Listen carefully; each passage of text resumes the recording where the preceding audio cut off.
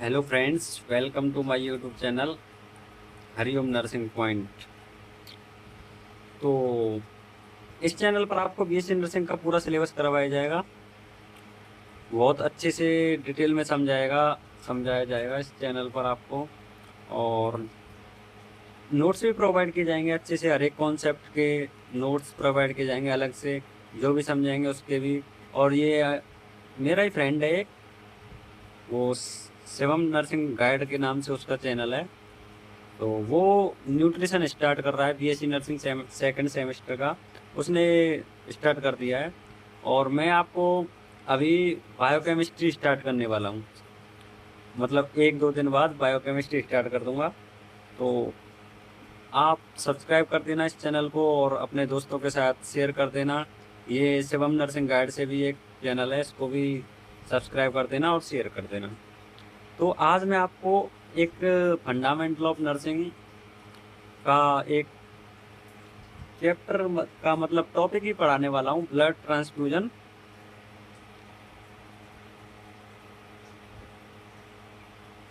Blood transfusion. तो आज इस टॉपिक के बारे में आपको बताऊंगा, डिटेल से समझाऊंगा अच्छे से। और बने रहिए इस वीडियो में, मतलब बहुत अच्छे से समझाऊंगा। Blood transfusion fundamental of nursing का ये चैप्टर है, जैसे आपको मैंने बताया है। तो उसका इंट्रोडक्शन, तो ब्लड ट्रांसफ्यूजन होता क्या है सबसे पहली बात। तो ब्लड ट्रांसफ्यूजन होता है, इसमें एक मतलब इसमें डोनर का ब्लड या उसके कंपोनेंट, ब्लड कंपोनेंट जैसे प्लाज्मा हुआ, उसको जो रिसीवर होता है ना पेशेंट, उसको बॉडी में ट्रांसफ़र किया जाता है इंट्रावीनस रूट के जरिए, ये ट्रांसफ़र किया जाता है। और इसमें पेशेंट के शरीर में ब्लड की कमी हो जाती है, तो यह ब्लड की कंपोनेंट जैसे प्लाज्मा, आरबीसी, कुछ भी कमी हो जाती है, डब्ल्यूबीसी कमी हो गई, प्लेटलेट्स कमी हो गई, तो हमें ब्लड ट्रांसफ्यूजन की ज़रूरत पड़ती है। तो ब्लड ट्रांसफ्यूजन क्या होता है, जैसे मैंने बताया आपको समझ में आ गया होगा। अब इसमें डोनर से ब्लड लेते हैं और रिसिपेंट पेशेंट हो, उसमें वेन के थ्रू ट्रांसफ़र किया जाता है, इंट्रावीनस रूट के थ्रू। और यही प्रोसेस ब्लड ट्रांसफ्यूजन कहलाता है बस। और ऑब्जेक्टिव्स मतलब इसके उद्देश्य क्या हैं, इसके उद्देश्य के बारे में बात करते हैं। ब्लड ट्रांसफ्यूजन के उद्देश्य, ऑब्जेक्टिव्स,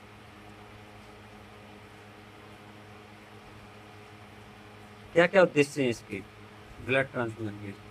सबसे पहला, ब्लड ट्रांसफ्यूजन का उद्देश्य ब्लड वॉल्यूम को मेंटेन करना। ब्लड वॉल्यूम मतलब आप जानते होंगे ब्लड वॉल्यूम कितना होता है।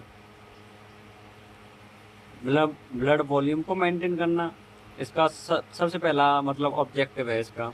सेकंड, आपको जैसे ऑक्सीजन ऑक्सीजन होती है ना, हीमोग्लोबिन ऑक्सीजन को लेके ट्रांसपोर्ट करता है हमारे ब्लड के थ्रू शरीर में हमारे में। तो ब्लड ऑक्सीजन जो कमी हो जाती है ना, इसकी कैपेसिटी, ब्लड ऑक्सीजन की कमी को मतलब पूरा करता है, कैपेसिटी को बढ़ाता है। जैसे ऑक्सीजन को हीमोग्लोबिन ले जाता है, उसकी कैरिंग कैपेसिटी होती है ना, तो उसको बढ़ाता है, मतलब ब्लड ट्रांसफ्यूजन का ये एक उद्देश्य है। तो ऑक्सीजन कैरिंग कैपेसिटी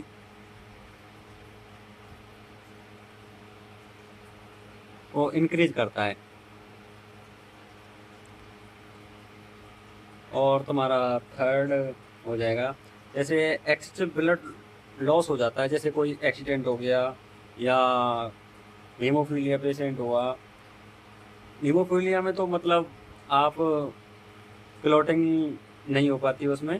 तो जैसे कोई एक्सीडेंट वगैरह हो जाए तो उसमें ब्लड लॉस काफ़ी ज़्यादा हो जाता है, तो उसको रिप्लेस करने में ब्लड ट्रांसफ्यूजन का यूज़ किया जाता है। एक्सेसिव मतलब ज़्यादा मात्रा में ब्लड लॉस हो जाए, उसको रिप्लेस करना है। Okay sir. फोर्थ मतलब इसका फोर्थ ऑब्जेक्टिव हो जाएगा इसका क्लॉटिंग फैक्टर्स की डेफिशिएंसी को करेक्ट करना। जैसे अभी मैंने बताया था हीमोफीलिया का आपको, तो क्लोटिंग फैक्टर की डेफिशिएंसी कमी हो जाती है ना, उसको भी मतलब सही करता है, उसकी कमी को भी लगभग पूरा करता है क्लोटिंग। और ये हो जाएगा आपका क्लोटिंग फैक्टर की कमी को, की डेफिशिएंसी को पूरा करता है, डेफिशिएंसी को करेक्ट करना। मैं इंग्लिश मतलब आपको समझ में आ जाए समझाने के उद्देश्य से पढ़ा रहा हूँ मैं, या तो समझ में आ जाना चाहिए, आप तो बना के भी लेके आओगे एग्जाम के अंदर। और पांचवा ऑब्जेक्टिव हो जाएगा इसका प्लेटलेट्स काउंट बढ़ाना। ये प्लेटलेट्स काउंट जैसे मैंने आपको अभी बताया था, ब्लड कंपोनेंट्स में प्लेटलेट्स भी आती हैं, डब्ल्यूबीसी भी आती हैं, आरबीसी भी आती हैं, तो प्लेटलेट्स काउंट्स को भी बढ़ाता है। ये इंग्लिश में पढ़ा रहा हूँ मैं, आप समझ जाना। मेरा उद्देश्य है आपको अच्छे से समझ में आ जाए और आप एग्जाम के अंदर अच्छा परफॉर्म कर पाएँ। और लास्ट ऑब्जेक्टिव हो जाएगा छठा उसका, पेशेंट की ओवरऑल कंडीशन इम्प्रूव करना, पेशेंट की ओवरऑल कंडीशन को इम्प्रूव करना।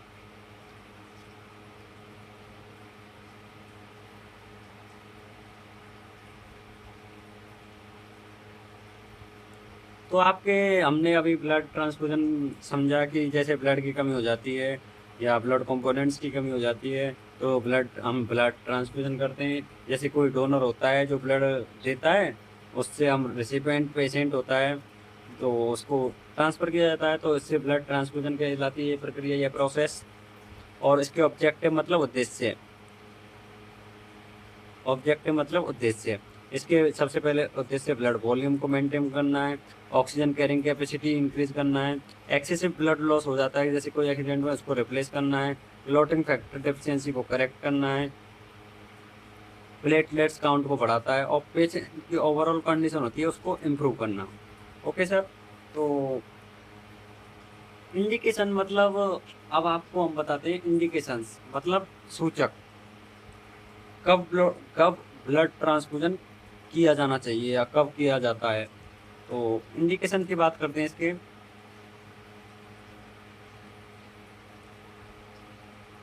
ब्लड ट्रांसफ्यूजन के इंडिकेशन की बात करते हैं। Okay sir. तो मतलब आपने सुना होगा एक पहला केस होता है इसमें सीवियर एनीमिया, एनीमिया के बारे में जानते होंगे। एनीमिया की कंडीशन हो जाती है तब ब्लड ट्रांसफ्यूजन किया जाता है जब हीमोग्लोबिन बहुत कम हो जाए। हीमोग्लोबिन आप समझ जाना, हीमोग्लोबिन बहुत कम हो जाए, डिक्रीज हो जाए बहुत ज़्यादा, तब हो जाता है। दूसरा नंबर हीमोरेज। हीमोरेज, हीमोरेज का मतलब आप समझ ही गए होंगे। हीमोरेज का मतलब है आपका कोई एक्सीडेंट हो जाए, सर्जरी हो जाए, उसमें ब्लड का लॉस हो जाए, या सर्जरी हो, और एक वो भी एग्जांपल आता है डिलीवरी का, जैसे कोई किसी लेडी को कोई बेबी होता है तो एक्सेसिव ब्लीडिंग हो जाती है इसमें, एक्सेसिव ब्लीडिंग, तो हमको ब्लड ट्रांसफ्यूजन करना पड़ सकता है। ओके, ये समझ में आ गया। तीसरा पॉइंट ये है कि शॉक, ब्लड लॉस के कारण कोई हाइपोवोलेमिक शॉक में चला जाए। जैसे शॉक में चले जाते हैं ना इंसान, तो ब्लड लॉस के कारण, ज़्यादा ब्लड लॉस हो गया तो उसके कारण शॉक में चला जाता है इंसान, तो इसीलिए ब्लड ब्लड ट्रांसफ्यूजन किया जाता है इसमें, शॉक में भी। मैं अभी यही देख रहा था कि वीडियो थोड़ी धुंधली आ रही थी, सही नहीं कैमरा फोकस कर पा रहा है, ये देख रहा था मैं। ब्लड लॉस के कारण हाइपोवोलेमिक कंडीशन हो जाती है, हाइपोवोलेमिक।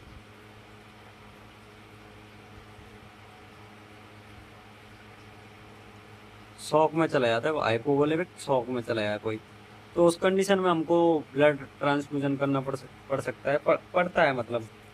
और ब्लड डिसऑर्डर्स, ब्लड डिसऑर्डर्स आप जानते होंगे, अभी मैंने एक नाम तो उनमें से लिया ही था, हीमोफीलिया, और भी होते हैं, थैलेसीमिया, और तुम्हारा एक एक लिख सकते हैं हम इसमें नाम, हीमोफीलिया ही लिख लेते हैं, और तुम्हारा ल्यूकेमिया। ओके सर,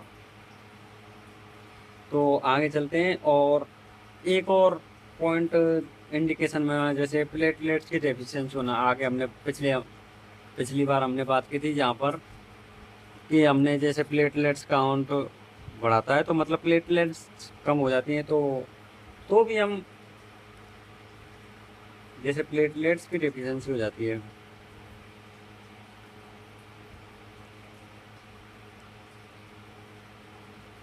प्लेटलेट्स की डेफिशिएंसी हो जाती है। जैसे प्लेटलेट्स सबसे ज़्यादा कौन सी बीमारी में, बताओ कौन सी बीमारी में सबसे ज़्यादा कम होती है? तो आपने सुना होगा, कॉमन सुना भी होगा, और किसी को हो नहीं, अच्छी बात है, डेंगू। डेंगू एक बीमारी है जिसमें प्लेटलेट्स बहुत तेज़ी से कम होती हैं, और इसको हम मतलब थ्रोम्बोसाइटोपिनिया भी कहते हैं, प्लेटलेट्स की कमी हो जाती है जब।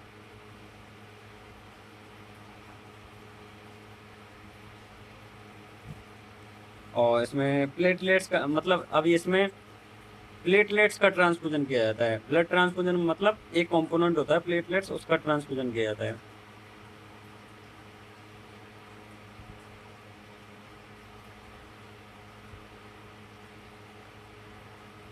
तो यहाँ तक समझ में आ गया होगा। हमने अब अभी ऑब्जेक्टिव की बात की थी, ऑब्जेक्टिव 6 पढ़े थे हमने, और इंडिकेशन की बात कर ली हमने। इंडिकेशन मतलब किस किस सिचुएशन में हमको ब्लड ट्रांसफ्यूजन करना पड़ता है। अब हम पढ़ेंगे types of blood transfusion. Blood transfusion कितने टाइप का होता है?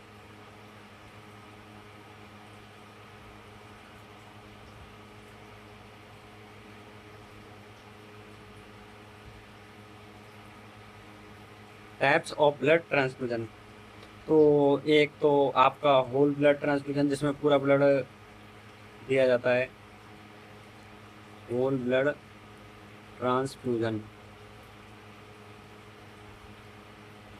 इसमें तुम्हारा पूरा ब्लड दिया जाता है,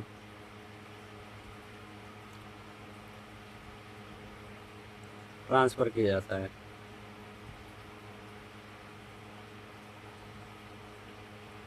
ट्रांसफर किया जाता है। और तुम्हारा होता है packed red blood cells. Red blood cells मतलब आरबीसी। आरबीसी, सिर्फ आरबीसी, जब एनीमिया कंडीशन हो जाती है तो आरबीसी का ट्रांसफ्यूजन किया जाता है, तो उसको कहते हैं हम पैक्ड रेड ब्लड सेल्स। क्या कहते हैं? Packed red blood cells. अब इसको हम शॉर्ट में कह देते हैं PRBC। क्या कहते हैं? PRBC। जैसे सिर्फ इसमें क्या दिया जाएगा? ओनली आरबीसी, ओनली आरबीसी का ट्रांसफ्यूजन किया जाता है। कौन सी कंडीशन में ज़्यादातर किया जाता है? ये एनीमिया, एनीमिया के पेशेंट को किया जाता है ज़्यादातर, एनीमिया पेशेंट। और इसके बाद प्लेटलेट्स का आपने अभी बताया था मैंने, प्लेटलेट्स ट्रांसफ्यूजन, प्लेटलेट्स ट्रांसफ्यूजन और प्लेटलेट काउंट बढ़ाने के लिए होता है ये यहाँ पर बताया दिया, थ्रोम्बोसाइटोपिनिया वाला। इस प्लेटलेट्स ट्रांसफ्यूजन किया जाता है यहाँ पर। और एक आपने सुना होगा fresh frozen plasma, clotting factors provide करने के लिए होता है ये फ्रेश फ्रोजन प्लाज्मा। ये नहीं सुना है तो आप सुन लीजिए। इसमें क्या होता है कि क्लोटिंग फैक्टर्स होते हैं ना, जिनकी कमी हो जाती है, उनको प्रोवाइड किया जाता है इसमें। सॉरी, फ्रेश फ्रोजन प्लाज्मा हो गया।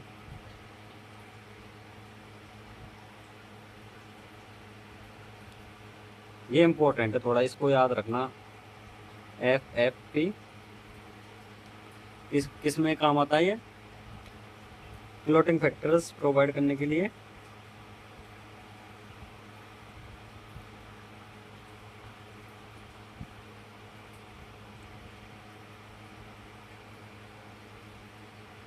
हिंदी में लिख देता हूँ मैं यहाँ, समझ में आना चाहिए आपको। समझ में आ जाएगा तो आप लिख ही सकते हो। और 5वां पॉइंट आपका हो जाएगा क्रायो प्रेसिपिटेट कंडीशन। इसमें मतलब एक हो जाएगा तुम्हारा होल ब्लड ट्रांसफ्यूजन, एक pack blood cells, red blood cells, एक प्लेटलेट्स ट्रांसफ्यूजन, एक फ्रेश फ्रोजन प्लाज्मा, और एक हो जाएगा क्रायो प्रेसिपिटेट वाला।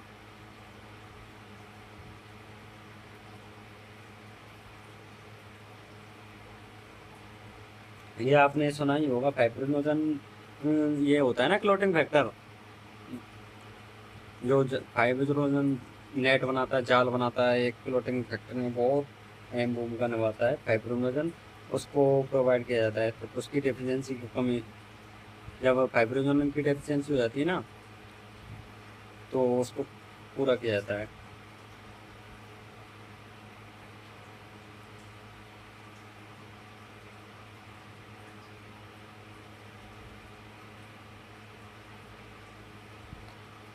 ओके सर, तो अब हम चर्चा करेंगे ब्लड ग्रुप्स कौन कौन से होते हैं। ये तो बहुत इजी सा टॉपिक है। ब्लड ग्रुप्स तो आपको पता ही होगा, A positive, B positive, A B positive, O negative, O B positive, B negative भी होता है। ये सब आपको पता ही होगा। इस यही बताने है क्या? चलो बता देता हूँ ये भी। ब्लड ग्रुप्स, इसमें बताना क्या है वैसे? इसमें तो हाँ, ये बता सकते हैं इसमें कि ए पॉजिटिव वाला किस किस से ब्लड ले सकता है, बी पॉजिटिव वाला किस किस से ब्लड ले सकता है, और ए बी पॉजिटिव वाला किस किस से ब्लड ले सकता है, और ऐसे ऐसे बताया जा सकता है। चलो, तो हम बताते हैं। सबसे पहले ए पॉजिटिव किस किस से ले सकता है ब्लड। तो ए पॉजिटिव तुम्हारा ए पॉजिटिव से ले सकता है, ए नेगेटिव से भी ले सकता है, ओ पॉजिटिव से भी ले सकता है, ओ नेगेटिव से ले सकता है। Okay sir. अब तुम्हारा बी पॉजिटिव आ जाएगा। बी पॉजिटिव किस किस से ले सकता है? बी पॉजिटिव से ले सकता है, बी नेगेटिव से ले सकता है, ओ पॉजिटिव से ले सकता है, ओ नेगेटिव से ले सकता है। Okay sir. और ए बी पॉजिटिव वाला व्यक्ति तुम्हारा सभी ग्रुप्स यूनिवर्सल रेसिपिएंट कह सकते हैं इसको। हिंदी में बोलते हैं इसको सर्वग्राही।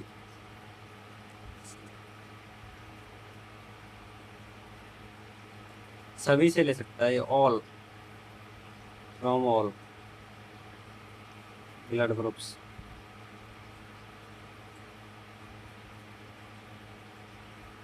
और तुम्हारा ओ नेगेटिव, ये सिर्फ ओ नेगेटिव से ले सकता है, सिर्फ ओनली ओ नेगेटिव से।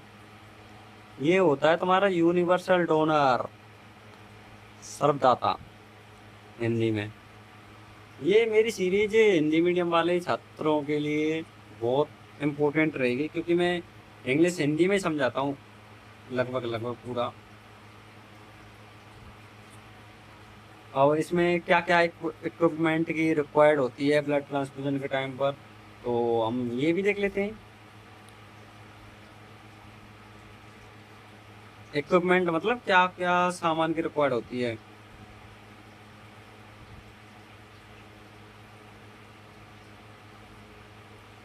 इक्विपमेंट रिक्वायर्ड, कौन कौन से इक्विपमेंट की रिक्वायरमेंट होती है। Okay sir. तो सबसे पहले एक तो ब्लड बैग होगा, दूसरा आपका ब्लड एडमिनिस्ट्रेशन के सेट विद फिल्टर, मतलब फिल्टर के साथ ब्लड एडमिनिस्ट्रेशन चाहिए आपको।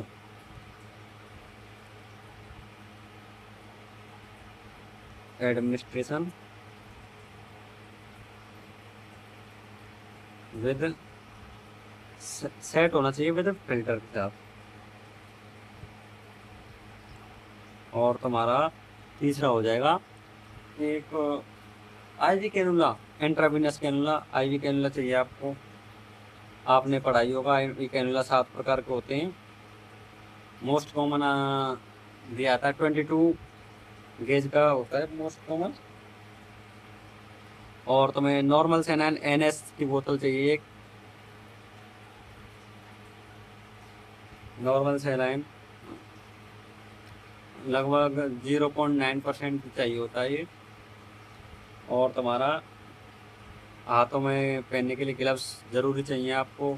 और वाइटल साइन चार्ट चाहिए आपको, पता होना चाहिए वाइटल साइन कितने कितने कितने होने चाहिए, कौन कौन सी रेंज होती है वाइटल साइन की हर एक इन्फेंट के लिए, चिल्ड्रन के लिए और एडल्ट के लिए कौन। ठीक है, ओके। और एक हो जाना चाहिए इन्फ्यूजन स्टैंड।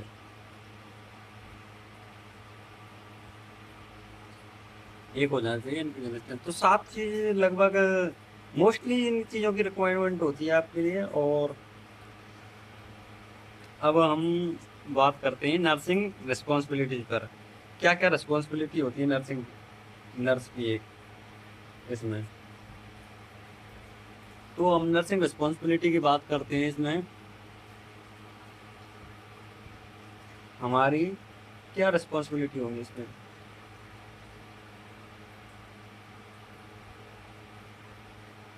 राइटिंग थोड़ी ऐसी है, समझ जाना बस।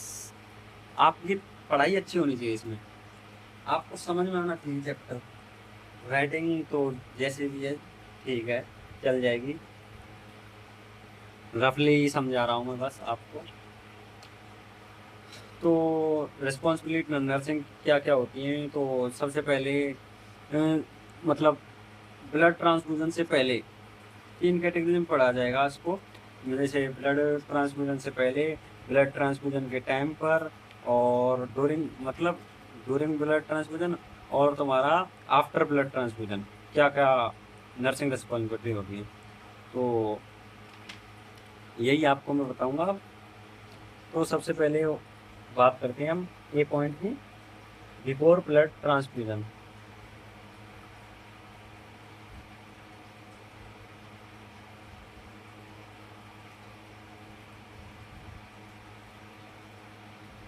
हम बात करते हैं बिफोर ब्लड ट्रांसफ्यूजन की, मतलब ब्लड ट्रांसफ्यूजन करने से पहले कौन कौन सी रिस्पॉन्सिबिलिटी एक नर्स की। इसको बात करते हैं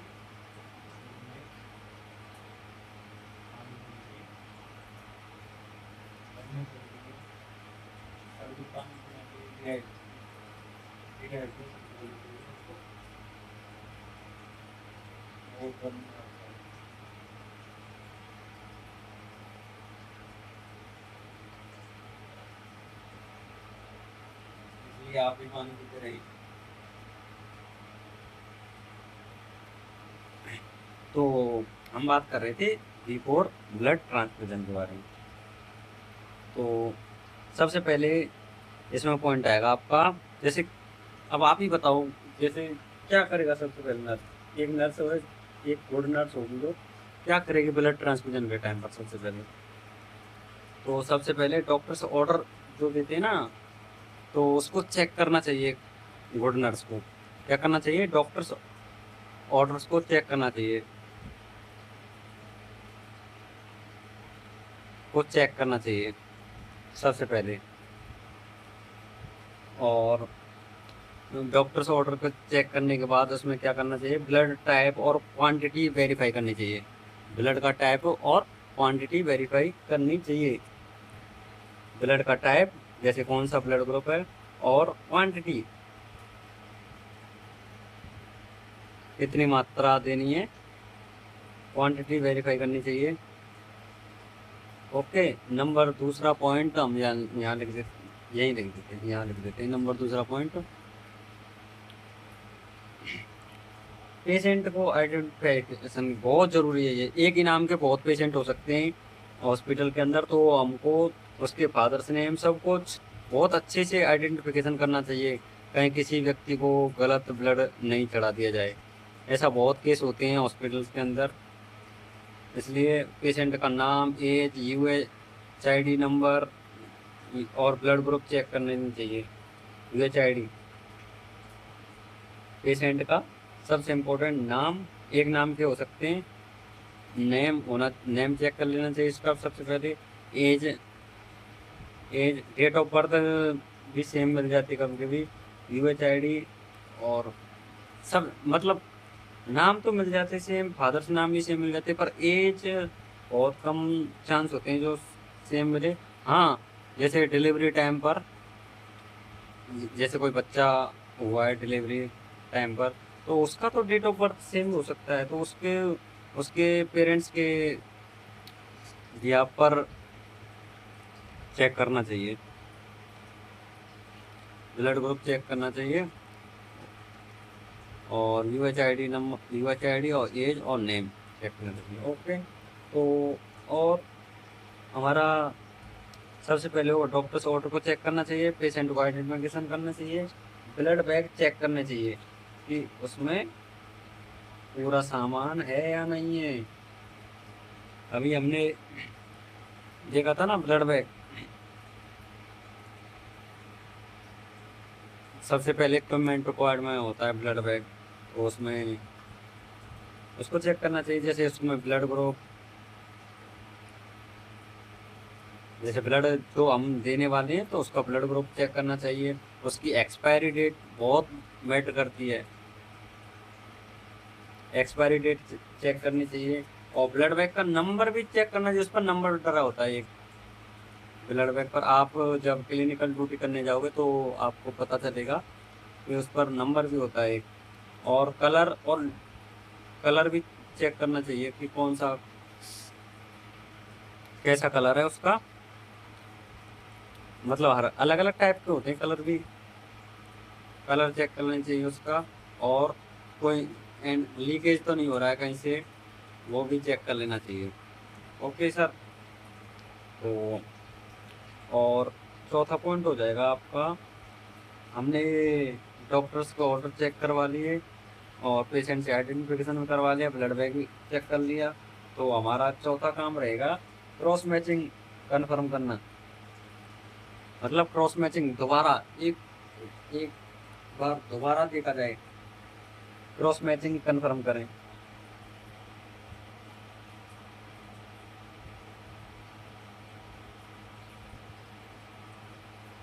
क्रॉस मैचिंग कन्फर्म करना चाहिए, दोनों रेस्पिरेंट का ब्लड कंपेटिबल होना चाहिए। ओके, ये पॉइंट लिखना है क्या इसमें एक, तो लिख देते हैं इसमें इसको, चीज को भी, डोनर एंड रेसिपिएंट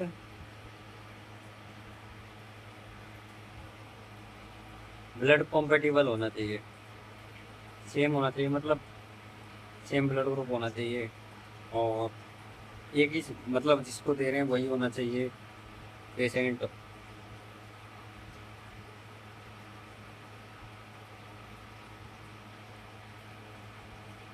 ओके, तो और तुम्हारा पांचवा पॉइंट हो जाएगा तुम्हारा,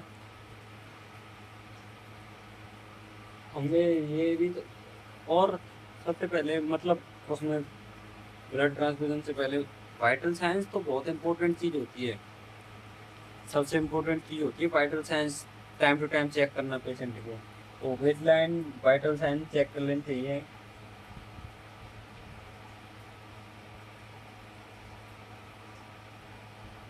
उसका रिकॉर्ड, वाइटल साइंस का रिकॉर्ड चेक कर लेना चाहिए। ओके सर, जैसे कि आप जानते होंगे वाइटल साइन कितने होते हैं हमारे, बताओ कितने होते हैं? 5 होते हैं, टेम्परेचर, पल्स, और तुम्हारा रेस्पिरेशन, रेस्पिरेशन और ब्लड प्रेशर,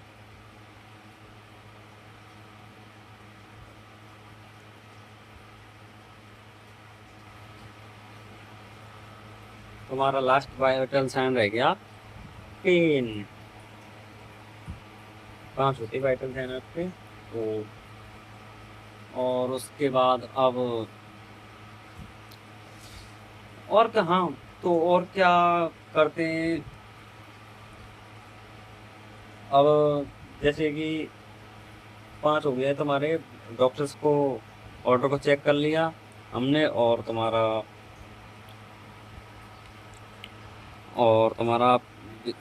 पेशेंट आइडेंटिफिकेशन कर लिया, ब्लड बैग को चेक कर लिया, क्रॉस मैचिंग कंफर्म कर ली, और baseline vital sign record check कर लिए। और तुम्हारा फिर एक और काम हो सकता है आपका, हाँ एक और होता है, कंसेंट लेना चाहिए उसके पेशेंट के रिलेटिव्स को इन्फॉर्म कंसेंट इंश्योर कर लेना चाहिए कि हम इसको ब्लड ट्रांसफ्यूजन कर रहे हैं। पेशेंट के रिलेटिव्स, पेशेंट से और रिलेटिव्स से इन्फॉर्म करना चाहिए, ठीक है। और रिलेटिव्स से इन्फॉर्म कंसेंट इंश्योर कर लेना चाहिए।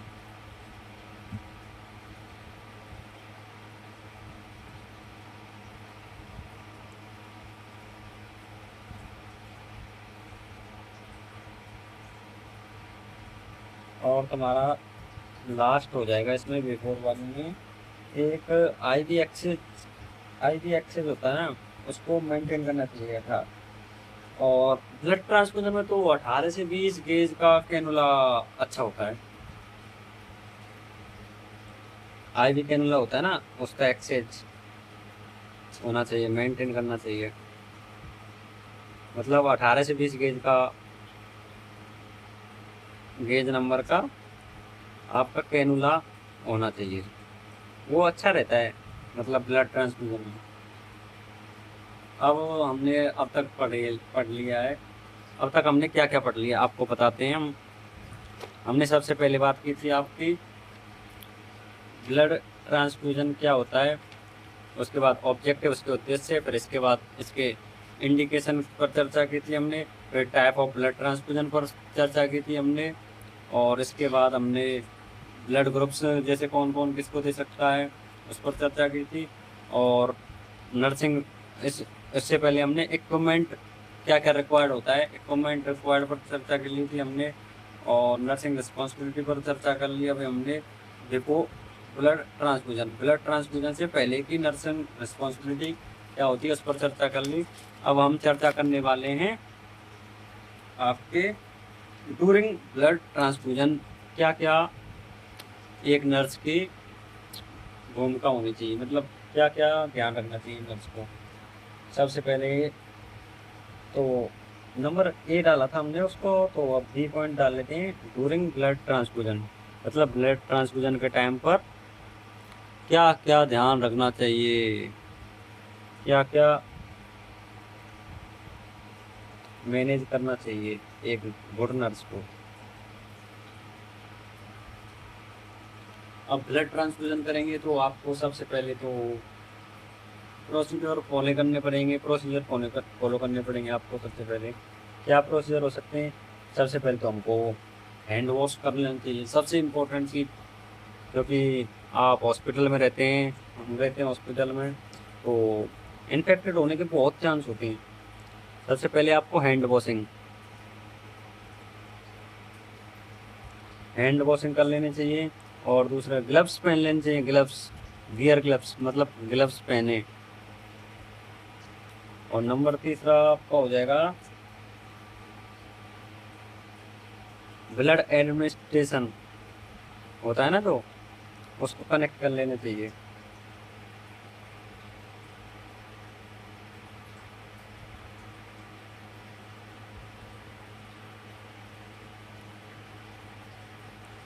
Okay sir. और तुम्हारा चौथा हो जाएगा उसको, अब हैंड वॉशिंग कर लिया आपने, ग्लव्स पहन लिए, और ब्लड एडमिनिस्ट्रेशन कनेक्ट कर लिया, सेट कर लिया, मतलब सेट करने के बाद कनेक्ट कर लिया उसको, blood administration set. Okay sir. और उसके बाद आपको ब्लड ट्रांसफ्यूजन स्टार्ट कर देना है।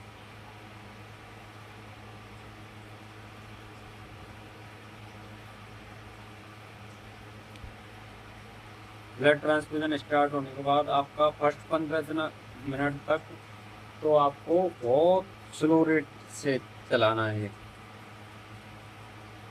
फर्स्ट 15 मिनट स्लो होनी चाहिए रेट। और तुम्हारा पेशेंट को सबसे इम्पोर्टेंट चीज ये है कि पेशेंट को क्लोजली ऑब्जर्व करना चाहिए।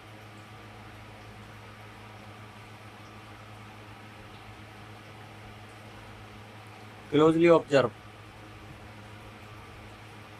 बहुत इंपॉर्टेंट चीज होती है, ये ध्यान रखना चाहिए उसके वाइटल साइन में कोई चेंज तो नहीं हो रहा है।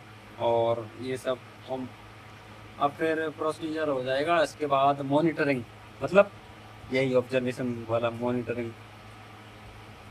ऑब्जर्व करने के बाद मॉनिटरिंग में हर 15 मिनट में वाइटल साइन चेक करने, हाँ यही सबसे इम्पोर्टेंट चीज होती है।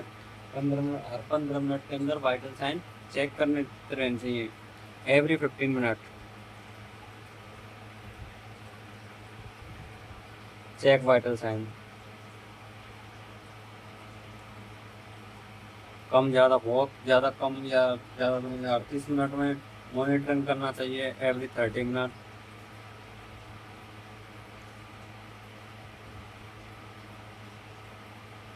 मॉनिटरिंग करना चाहिए आपको। और उसके पेशेंट के रिएक्शन होते हैं ना, उसके साइंस को ऑब्जर्व करना चाहिए कि पेशेंट कैसे रिएक्शन दे रहा है।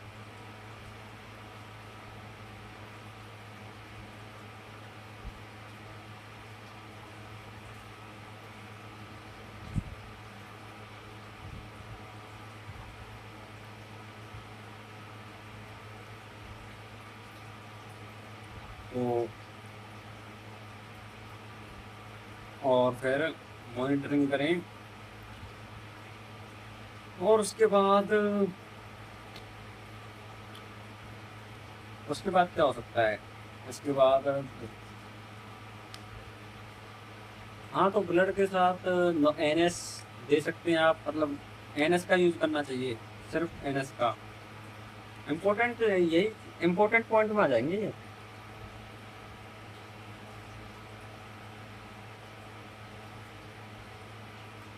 ब्लड के साथ सिर्फ एनएस का यूज करना है।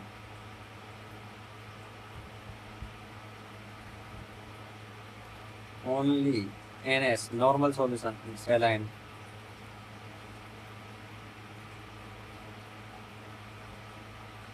और तुम्हारा हो जाएगा, जैसे आप डीएनएस वगैरह होती है ना, डीएनएस डेक्सट्रोज डेक्सट्रोज होता है, या रेंजर लैक्टेट, उनको ब्लड के साथ नहीं चलाना है। इम्पोर्टेंट ध्यान रखना है ये सब।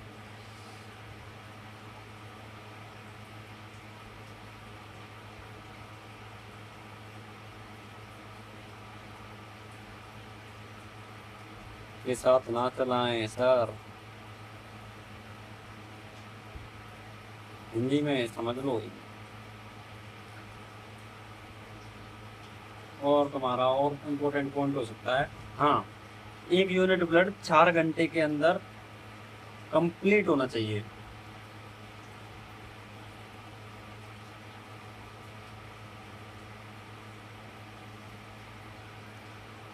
कंप्लीट इन 4 आवर्स, किसी भी हालत में 4 घंटे के अंदर कंप्लीट होना चाहिए। ज़्यादा लेट नहीं करना है, मतलब ज़्यादा जल्दी भी नहीं, ज़्यादा लेट नहीं, इस। और तुम्हारा ड्यूरिंग ब्लड ट्रांसफ्यूजन ही हो गया। तो इतने ही पॉइंट होते हैं, यही ध्यान रखना होता है।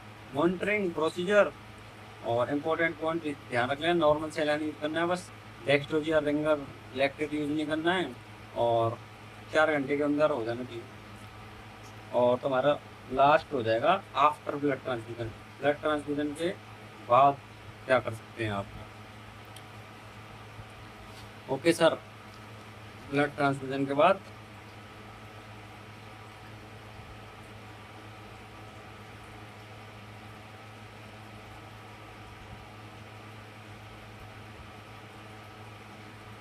ब्लड ट्रांसफ्यूजन कंप्लीट होने पर लाइन प्लस कर लेनी चाहिए, मतलब प्लस कर लेना चाहिए उस लाइन में। फाइनल वाइटल साइन को रिकॉर्ड कर लेना चाहिए। ये गेम पॉइंट हो सकता है आपका। और कौन सा पॉइंट हो सकता है इसमें, पेशेंट की कंडीशन को देखना चाहिए। और तुम्हारा यही इंपॉर्टेंट पॉइंट्स हो सकते हैं इसमें। आपका ब्लड ट्रांसफ्यूजन तो इतना कुछ करना नहीं होता है इसमें। तो पहला पॉइंट हो सकता है इसमें, ब्लड ट्रांसफ्यूजन कंप्लीट होने पर लाइन को प्लस करना चाहिए। मतलब सबसे पहले तो ब्लड ट्रांसफ्यूजन बंद हो जाए तो उसको कैनुला को बंद कर लेना चाहिए। वही। Okay sir.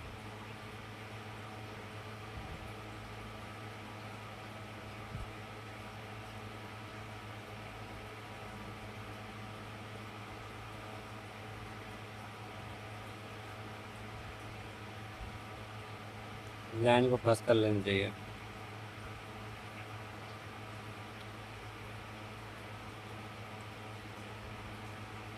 Final vital sign को रिकॉर्ड कर लेना चाहिए।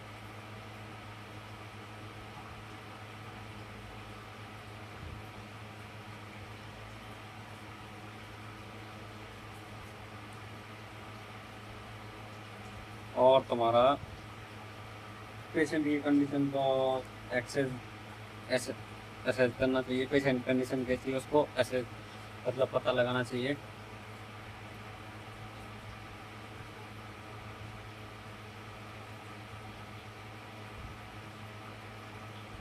Assess the patient condition. और डॉक्यूमेंटेशन करना चाहिए।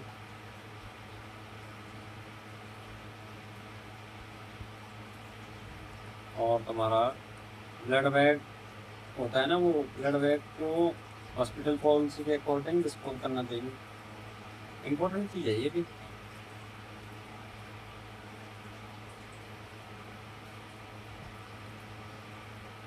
ब्लड बैग को डिस्पोज करना चाहिए हॉस्पिटल पॉलिसी के अकॉर्डिंग। हाँ, हिंदी में बता देता हूँ आपको ये।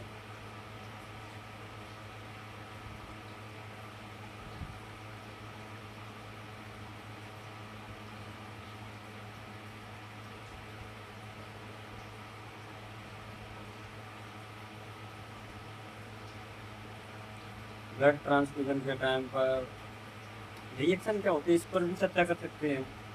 क्या क्या रिएक्शन होते हैं ब्लड ट्रांसफ्यूजन के टाइम पर,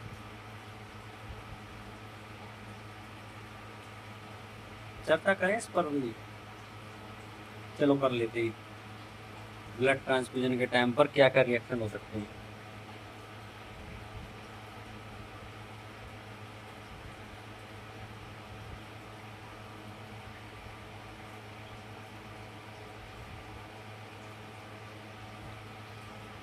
तो हम सबसे पहले इसमें हम क्या चर्चा कर सकते हैं।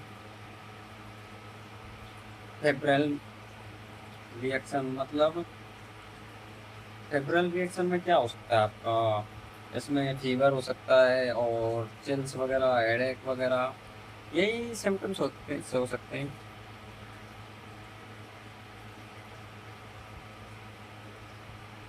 इसमें सिम्टम्स क्या हो सकते हैं।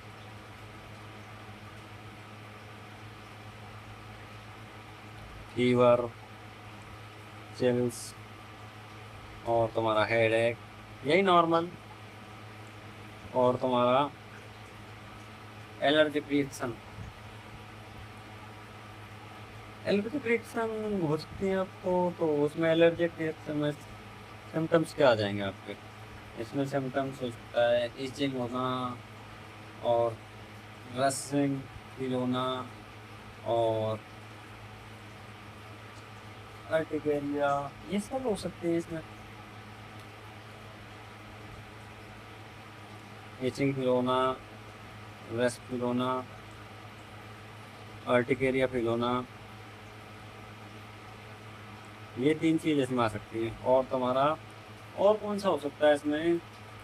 हाँ, हीमोलाइटिक रिएक्शन, इसमें ये हो सकता है।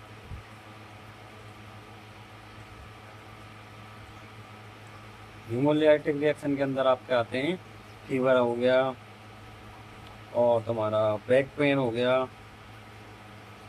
पीठ का दर्द, बैक पेन, और तुम्हारा चेस्ट पेन भी हो सकता है। और तुम्हारा रेड यूरिन मतलब यूरिन का कलर रेड में होता है, ये आ सकते हैं। और कौन सा पॉइंट रह गया आपका। और सर्कुलेटरी ओवरलोड, समझ रहे हो क्या।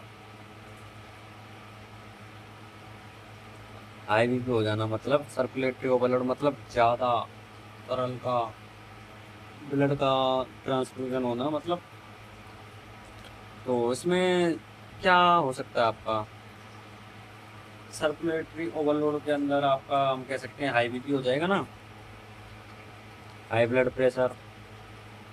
Okay sir. और तुम्हारा हो सकता है जैसे दम घुटना, वो भी फील हो सकता है, ब्रीथलेसनेस, हाँ ऐसा भी फील हो सकता है।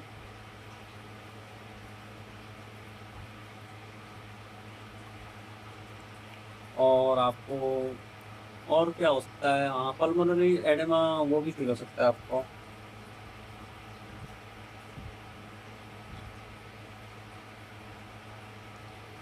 और तुम्हारा एक और रिएक्शन के बारे में बात कर लेते हैं हम, एनाफाइलेक्टिक, एनाफाइलेक्टिक रिएक्शन, जैसे sewer breathing difficulty, shock, collapse, ये सब हो जाना है।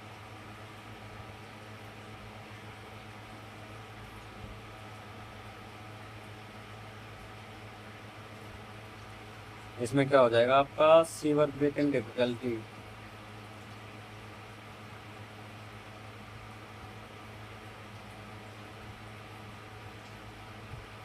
और तुम्हारा इसमें शॉक भी कह सकते हैं हम, और collapse.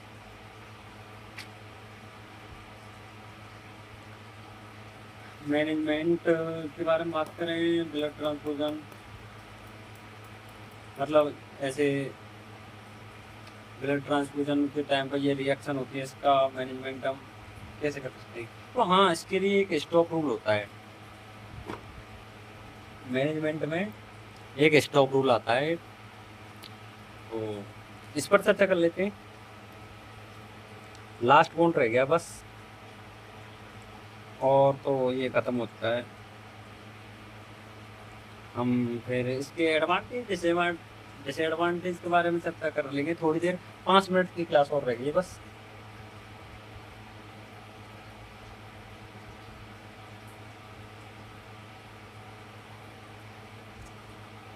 Management of blood transfusion reaction, अगर रिएक्शन हो जाए तो क्या क्या कर सकते हैं? तो इसमें हमने बताया आपको स्टॉप रूल होता है एक, अभी बताएंगे स्टॉप रूल क्या होता है आपको। सबसे पहले आपको क्या करना है, एस से मतलब स्टॉप ब्लड ट्रांसफ्यूजन इमीडिएटली, बहुत जल्दी स्टॉप कर देना आपको ब्लड ट्रांसफ्यूजन।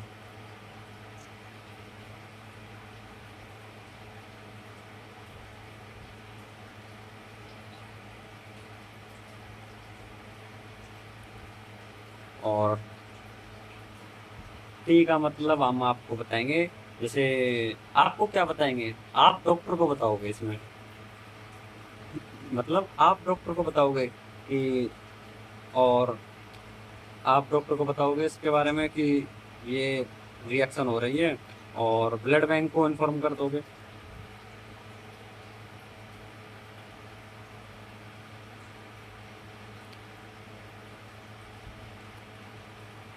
ब्लड बैंक को इन्फॉर्म करना, इन्फॉर्म ब्लड बैंक।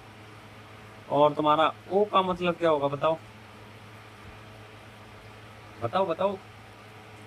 ओ का मतलब होगा ऑब्जर्वेशन, ऑब्जर्व करना वाइटल साइन को कंटिन्यूसली, बहुत कंटिन्यूसली, क्लोजली ऑब्जर्व करते रहना है आपको।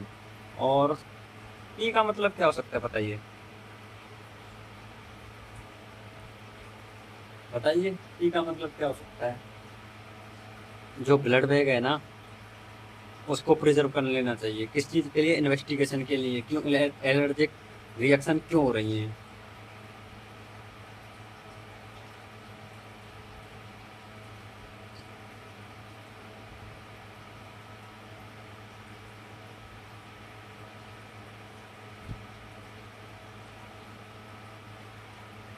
Blood bank for investigation.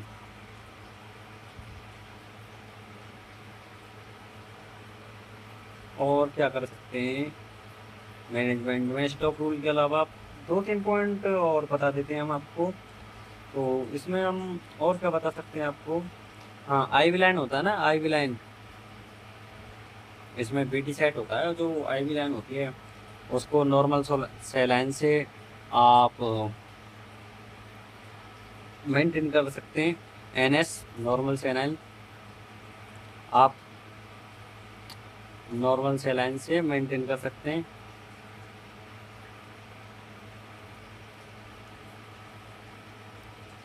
और तुम्हारा पेशेंट को ऑक्सीजन दे सकते हैं अगर रिक्वायरमेंट हुआ तो।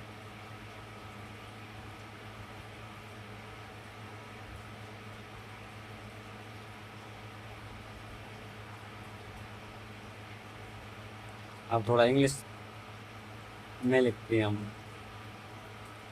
एंड डॉक्यूमेंटेशन करना चाहिए आपको। और क्या पॉइंट होंगे इसमें, यही है। एक समरी लेक्चर आएगा इसका आपको। अब इसके एडवांटेज डिसएडवांटेज के तो हम वैसे ही बता दें आपको। इससे ब्लड ट्रांसफ्यूजन से क्या होता है, चलो लिखा ही देते हैं। एडवांटेज ऑफ ब्लड ट्रांसफ्यूजन,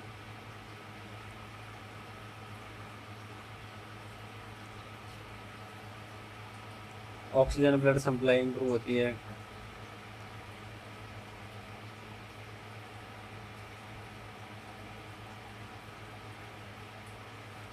और तुम्हारा ब्लड वॉल्यूम मेंटेन होता है। ये तो हमने पढ़े थे, शुरुआत में पढ़ लिए थे ना, कि क्यों करना चाहिए ये। और लिख देते हैं हम आपको लाइफ सेविंग प्रोसीजर। और क्या लिखे हैं, और क्या हो सकता है इसमें, सोचते हैं थोड़ा। हाँ, ये हो सकते हैं 100 हो जाए एंड सीवियर एनीमिया हो जाए, एनीमिया उसमें हेल्पफुल हो सकता है।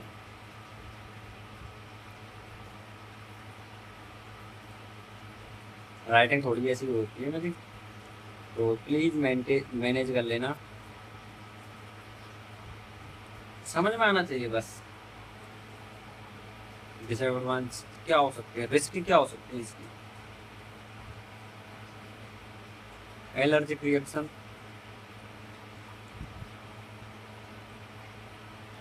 और तुम्हारा और क्या हो सकता है इसमें, इन्फेक्शन का ट्रांसमिशन हो सकता है पर बहुत कम चांस है।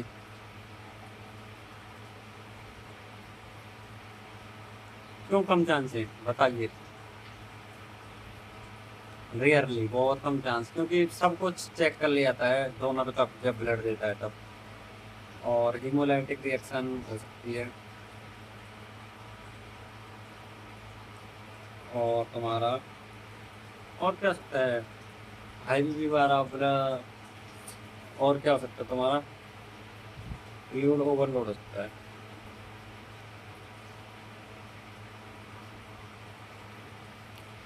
तो आपका ये चैप्टर यहाँ पर ख़त्म होता है। तो पूरा लेक्चर देखने के लिए आपको बहुत बहुत धन्यवाद। आप कमेंट में ज़रूर बताएं कि लेक्चर कैसा लगा, समझ में आया नहीं आया, नहीं आया तो क्यों नहीं आया, यही बताना। और आप ये भी बता सकते हो कि और क्या इम्प्रूव किया जाए।